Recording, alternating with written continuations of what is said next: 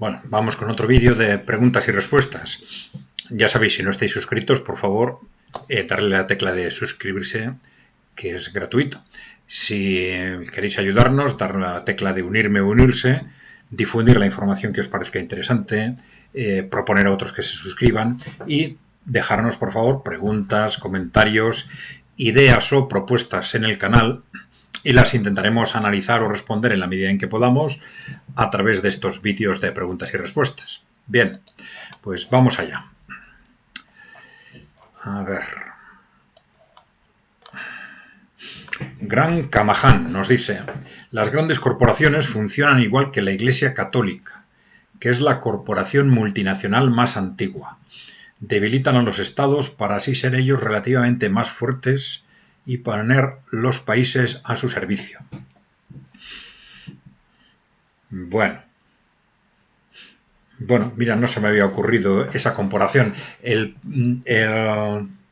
peso actual de la Iglesia Católica, que es indudable que en un sector de la población todavía tiene un peso ideológico importante, pero hay mucha discusión sobre el peso, digamos, dentro de ese poder corporativo, el peso que o la Iglesia como tal o algunas órdenes religiosas dentro de la Iglesia Católica pueden tener, pues entre otras cosas, a través de sus inversiones, ¿no? Bueno, es un tema discutido. Bueno, ya sabemos que las inversiones o los fondos que gestionan las inversiones de la Iglesia Católica en particular, bueno, han sido objeto de escándalos durante las últimas décadas, escándalos repetidos.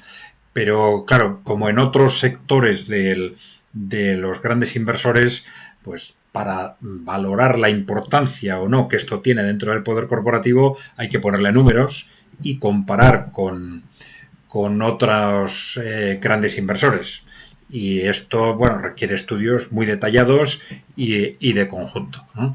Es decir, que hay un peso de la Iglesia Católica o de sectores de la Iglesia Católica, como otras iglesias, ¿no? Es evidente, ¿eh? Y que el peso de la Iglesia Católica no es solo las donaciones que recibe de los fieles o los patrimonios históricos, sino también las inversiones que ha generado de la gestión de sus propios recursos, ¿no? Pero, bueno, pues efectivamente las corporaciones tienen un objetivo estratégico de debilitar los estados. Y esto lo hemos visto históricamente ya desde distintas perspectivas. Lo vemos en los grandes teóricos de la oligarquía, que era tanto aristocracia como poder corporativo de la oligarquía británica a fines del siglo XIX, primeros del XX, cuando se intentan proyectar el poder que antes habían tenido como imperio británico hacia un poder, digamos, de otro tipo, más asentado en otro tipo de influencias, pero cuya fuerza va a estar muy relacionada con el debilitamiento de los estados, la creación de organizaciones internacionales en las que ellos puedan influir, etc.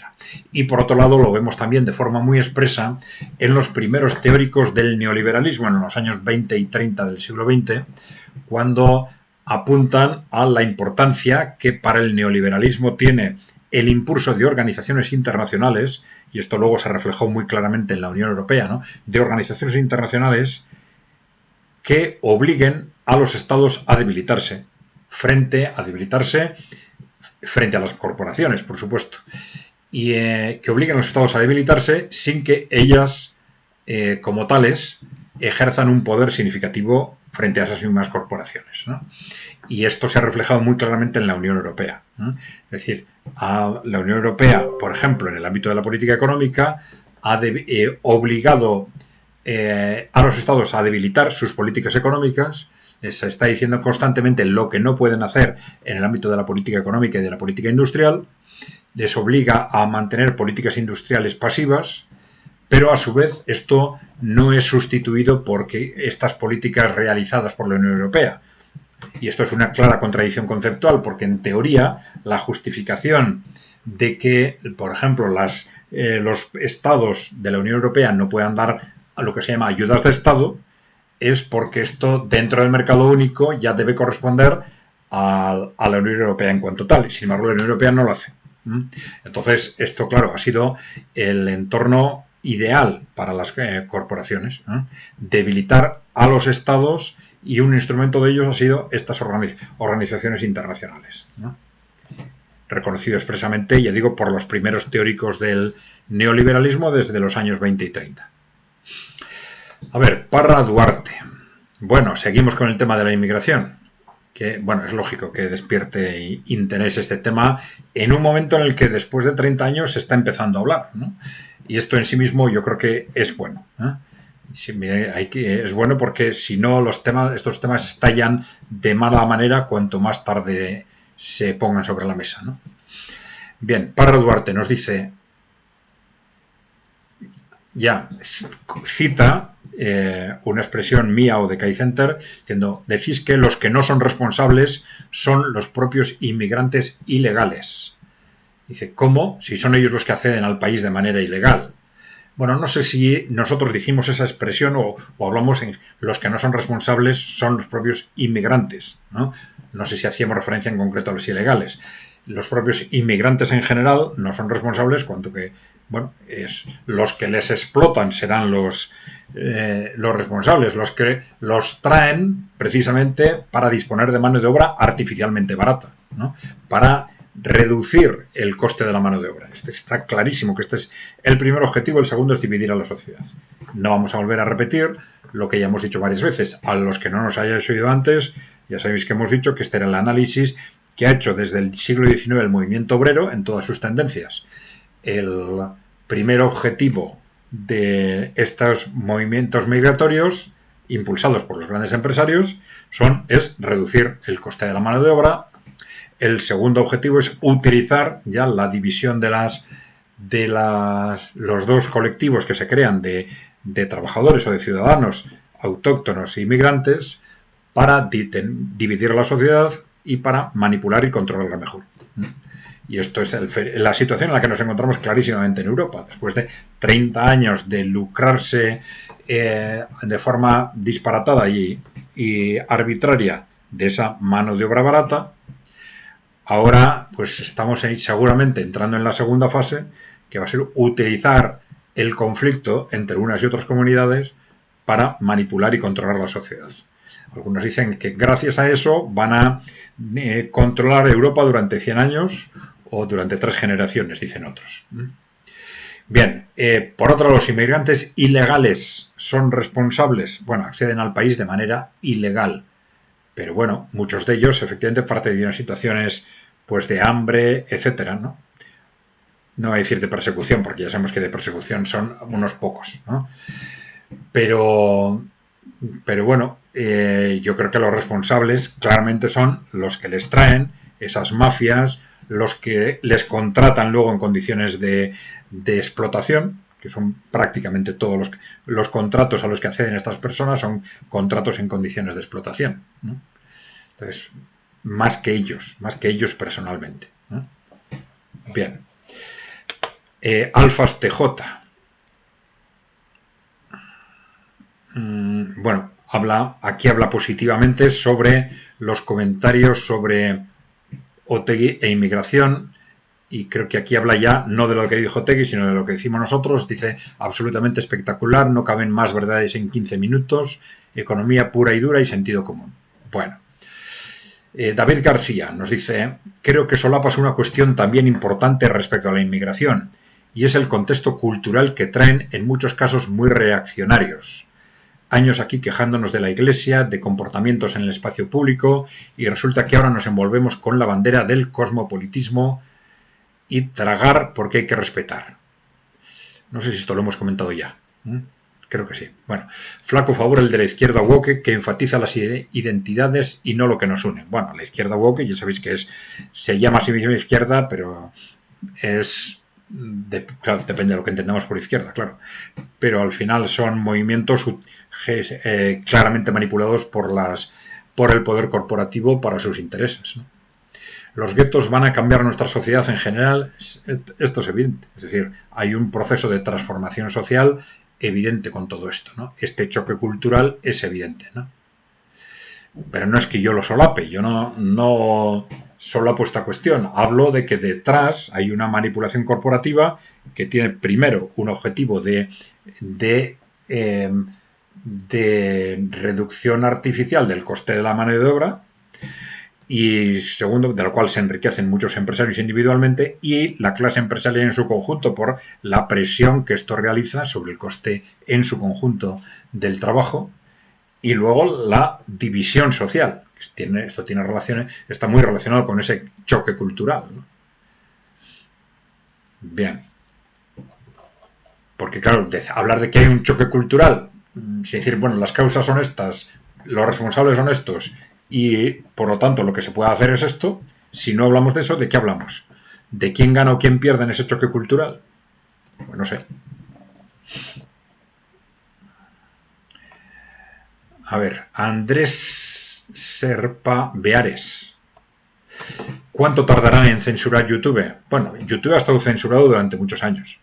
Y nosotros podremos atestiguarlo, porque nosotros, aunque no hemos hecho gestionado activamente YouTube como un objetivo en sí mismo, sino simplemente depositando vídeos que difundíamos en nuestro boletín, pues hemos tenido censura en YouTube constantemente desde hace muchos años. Muchos años, estoy hablando quizás 6-7 años. Unas veces un tema, luego otro, según el contexto, pero esa censura ha existido constantemente. Otra cosa es, dices, ¿cuánto tardará en censurarlo activamente? Pues no lo sé. Porque hay una cuestión de fondo que de alguna forma el poder corporativo hasta ahora no ha sabido controlar. Tienen un problema con Internet porque ahí se les escapa una parte creciente de la opinión pública. Intentaron utilizar las redes sociales para controlarlo, luego la censura, pero todavía no lo han podido controlar. Ahí tenemos la detención del líder de Telegram, así como un movimiento muy reciente, las presiones sobre X, Twitter, ¿no? Pero bueno, ahí están, ¿no? Con distintos movimientos. La censura va de un sitio, luego a otro, pero no consiguen controlarlo de forma radical. Pero bueno, hay que estar dispuestos a todo, ¿eh? Porque claro, esa élite corporativa está en una situación de pánico y en los próximos meses y años nos podemos encontrar con cualquier cosa. Bueno, Héctor López dice, sería interesante ver en detalle cómo se ha transformado la economía rusa con Putin. A ver, monográfico, economía rusa con Putin. Bueno, vamos a ver, nosotros no tenemos un estudio detallado, pero sí nos hemos fijado en algunas cosas que han llamado la atención. Desde el punto de vista de la evolución del PIB, que es una referencia importante, pues frente a las caídas en los años 90, a partir de la llegada de Putin o del putinismo al poder, la economía rusa empezó a crecer significativamente con una media, creo que es del 4%, hasta el año 2014-2015 en el que empiezan las acciones occidentales. Y entonces ese crecimiento se detiene y creo que entró en una media del 1% de crecimiento anual. Bien, independientemente de esto, ¿qué se ha hecho en la economía rusa? Se ha hecho muy importante desde el punto de vista de la economía política. Se sacó del poder a los grandes oligarcas, que eran oligarcas en connivencia con los oligarcas occidentales, los que habían destruido la economía rusa en los años 90, y entonces se les sacó del poder.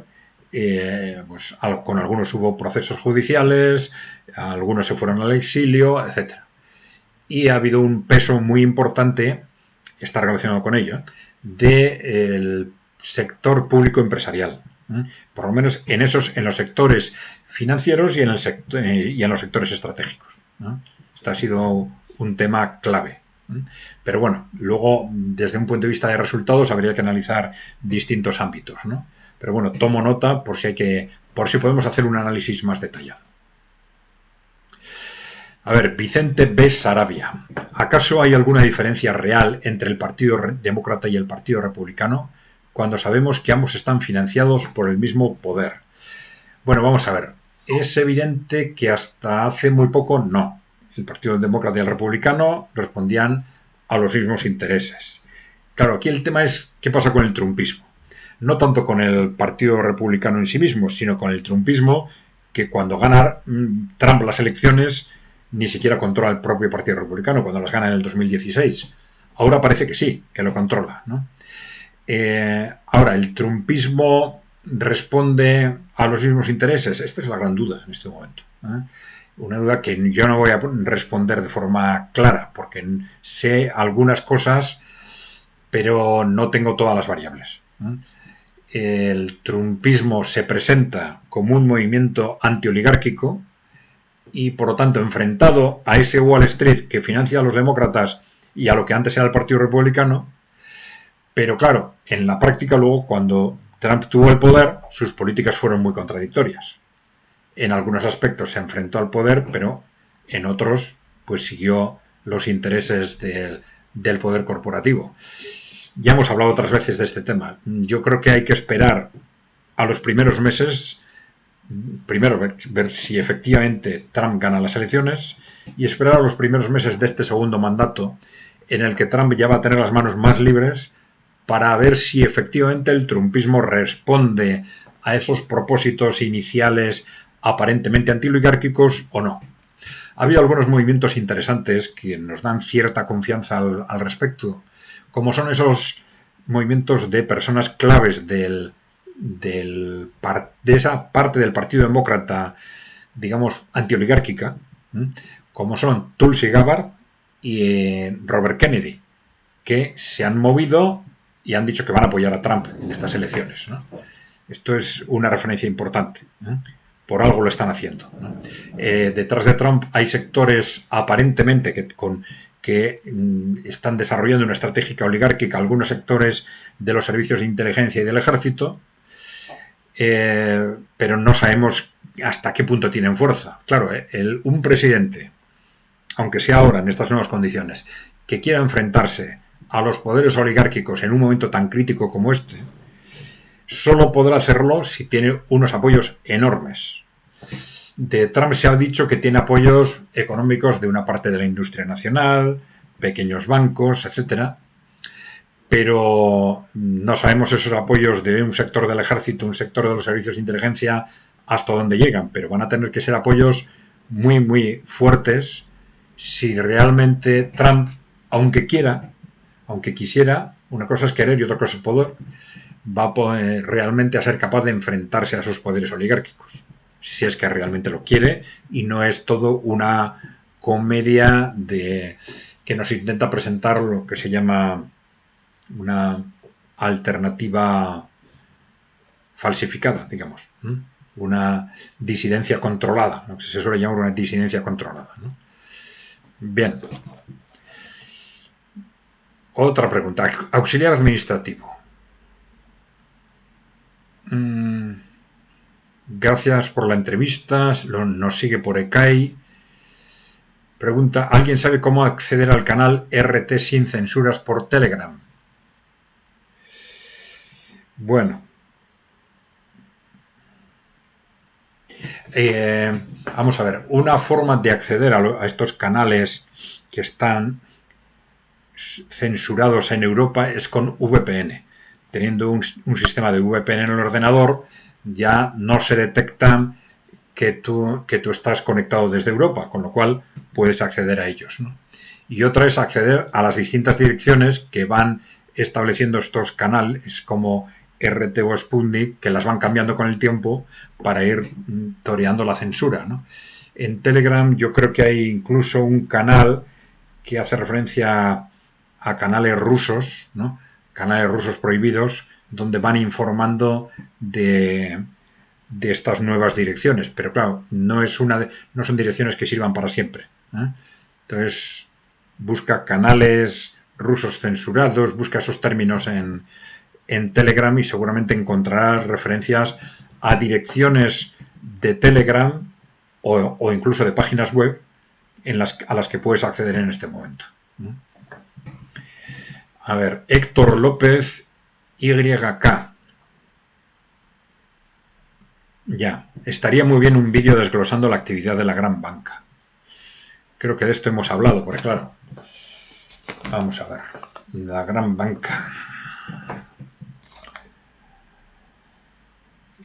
Bueno, este es un tema que nosotros hemos analizado desde distintas perspectivas y del que podríamos hablar, evidentemente, ¿no? Pero claro, es un tema tremendamente amplio, ¿no? Bien, bueno, para un tema interesante a tener en cuenta es las diferencias estructurales que existen entre Occidente y los países emergentes en cuanto a lo que es la gran banca, porque a veces esto lleva a confusión, ¿no? Porque se habla, bueno, la gran banca actúa igual en todas partes, pero ojo, pero es que en los países emergentes esa gran banca es fundamentalmente pública. Y la gran banca pública actúa con criterios radicalmente distintos. Esto es muy importante para entender que ese sector bancario no tiene nada que ver, aunque a veces las formas sean parecidas en unos países y en otros. Pero bueno, esa gran banca privada, bueno, que podríamos hablar de muchas cosas, de su relación con el Banco Central, de lo que es política bancaria, de lo que es política monetaria, de su impacto entre unos y otros, de en qué medida está en discusión permanentemente si está realmente justificado que esa gran banca sea privada cuando realmente no tiene incentivos para actuar de forma privada, porque aunque sean los grandes defensores de la libertad económica, en teoría, en la práctica es uno de los sectores que más depende de las decisiones públicas y de una clarísima interrelación entre gran banca, gobiernos, bancos centrales, en los dos sentidos, ¿no? Bien, lo que pasa que, bueno, tomo nota, pero tendríamos que saber, no sé, concretar un poco el tiro, ¿no? Si nos puedes decir dentro de lo que es la actividad de la gran banca, si hay algo en particular que te resulte interesante, pues puedes decírnoslo.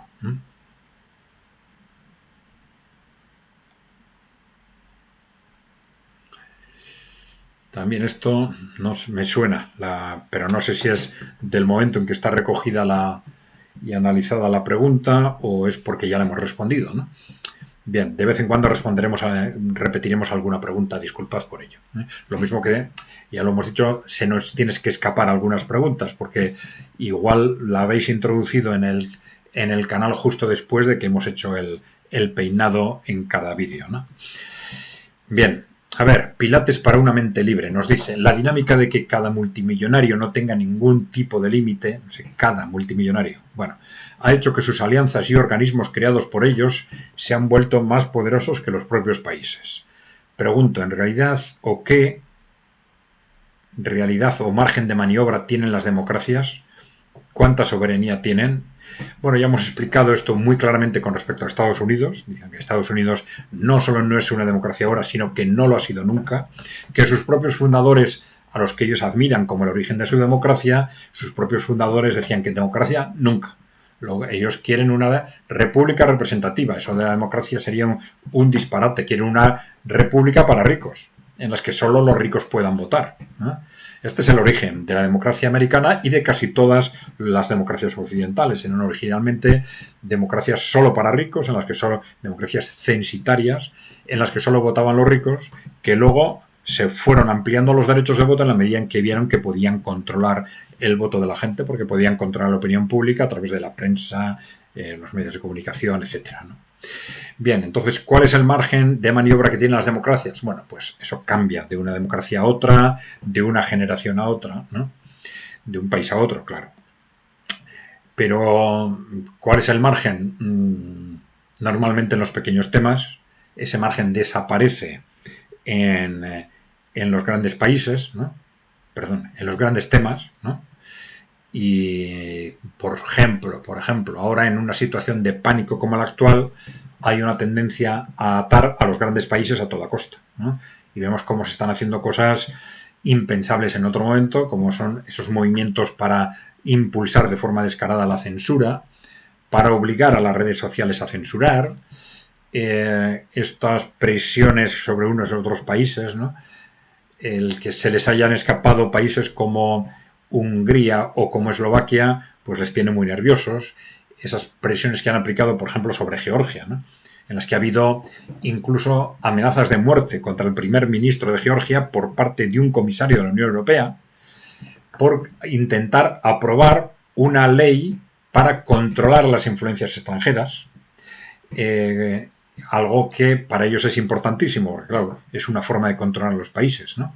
Esas ONGs, esas fundaciones corporativas que influyen sobre la opinión pública, ¿no? Y simplemente el hecho de que haya un país como Georgia que intente controlar esas influencias extranjeras ya le ha hecho a un comisario de la Unión Europea amenazar de muerte al primer ministro de Georgia, ¿no? Para que nos hagamos una idea de hasta qué punto estamos en una situación de nerviosismo, ¿no? Entonces, en el cual puede pasar de todo, con respecto a libertades civiles, con respecto a, bueno, escaladas bélicas, etcétera, ¿no? Bien. La dinámica de que cada multimillonario no tenga ningún tipo de límite. Bueno, no sé a qué te refieres con ningún tipo de límite, pero sí ha habido, por ejemplo, limitaciones establecidas, por ejemplo, a las inversiones de la banca, establecidas durante en los años 30 o después de la guerra mundial, que se han levantado en los años 90. Este es el problema con las grandes corporaciones, porque en teoría decimos, bueno, aunque se mantengan como corporaciones privadas, pero podemos regular límites a las mismas, pero estas corporaciones privadas tienen tal poder que dicen, bueno, aunque ahora les establezcas una regulación, luego se organizan sobre la opinión pública, sobre los grupos políticos, sobre los responsables políticos en concreto, con presiones de todo tipo para cuando les interesa, 5 o 10 años después, volver a cambiar la normativa, ¿no? Con lo cual, no solucionamos el problema, ¿no? Hay que necesariamente disponer de medidas estructurales para frenar ese poder corporativo. Bien, ¿se han vuelto más poderosos que los propios países? En conjunto está claro que sí. Está claro que sí, que los propios gobiernos, evidentemente. A ver, Javier M. Gómez dice, me gustaría, si es tan amable, que nos dijera dónde establecería el darwinismo social, neoliberalismo dentro de este vídeo, o la lucha de clases si es que se está produciendo. Perdona, pero es que aquí no tengo ubicado a qué vídeo te refieres, ¿eh? Vamos a ver, darwinismo social y neoliberalismo, bueno, no es exactamente lo mismo, aunque haya raíces comunes, evidentemente. El darwinismo social surge a partir del darwinismo. El darwinismo, bueno, el boom es la publicación en el año 1859 de la obra de Darwin, El origen de las especies, pero justo a partir de esa publicación, ya en el entorno de Darwin, sus amigos y sus familiares empezaron a trabajar en estas ideas del darwinismo social. Es decir, de la aplicación del darwinismo a la sociedad. ¿Con qué criterio? Bueno, si en la naturaleza, la evolución de la naturaleza se basa en la supervivencia del más fuerte, pues probablemente en la sociedad también esto es lo que hay que impulsar, la supervivencia de los más fuertes frente a los más débiles. Y esto es el darwinismo social, que claro, a las clases dominantes de Gran Bretaña, que fue el origen de todo esto, pues les venía fenomenal. Primero para justificar su dominio y todo tipo de medidas con respecto a los pobres o a las clases humildes de su propio país, y luego los abusos con respecto a los países coloniales, ¿no?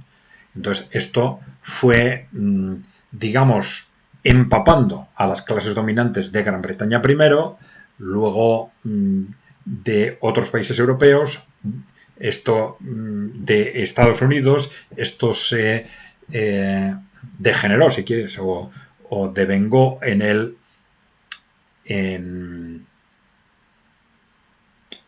vamos a ver, en estas teorías, Jesús, no me viene ahora la palabra, eugenésicas, en las teorías de la eugenesia, que ya suponen el tránsito del darwinismo social a lo biológico, diciendo,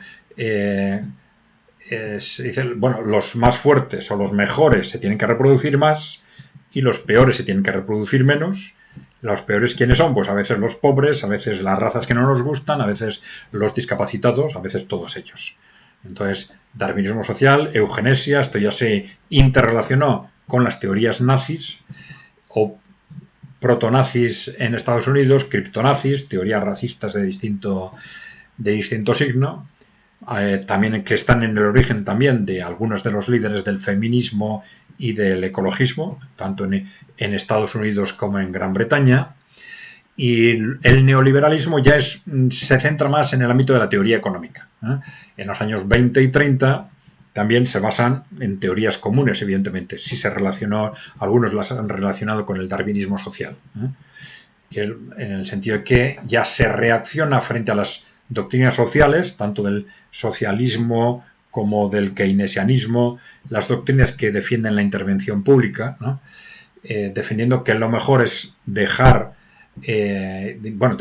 argumentan cómo, digamos, la intervención pública hace daño a la eficiencia económica y cómo lo mejor para el progreso y para la eficiencia económica es la no intervención pública en la economía, ¿no? Bueno, esas teorías que luego se empezaron a aplicar en los años 80, sobre todo a partir de la Guerra Fría en los años 90, ya de forma masiva, con lo que se ha llamado el periodo neoliberal.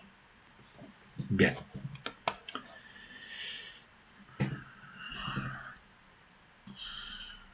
Bueno, llevamos ya media hora, pues si os parece lo vamos a dejar aquí, ¿no? Bueno, ya sabéis, por favor, si no estáis suscritos, suscribiros al canal dándole a la tecla de suscripción, que no os cuesta nada. Si queréis ayudarnos, darle a unirme o unirse.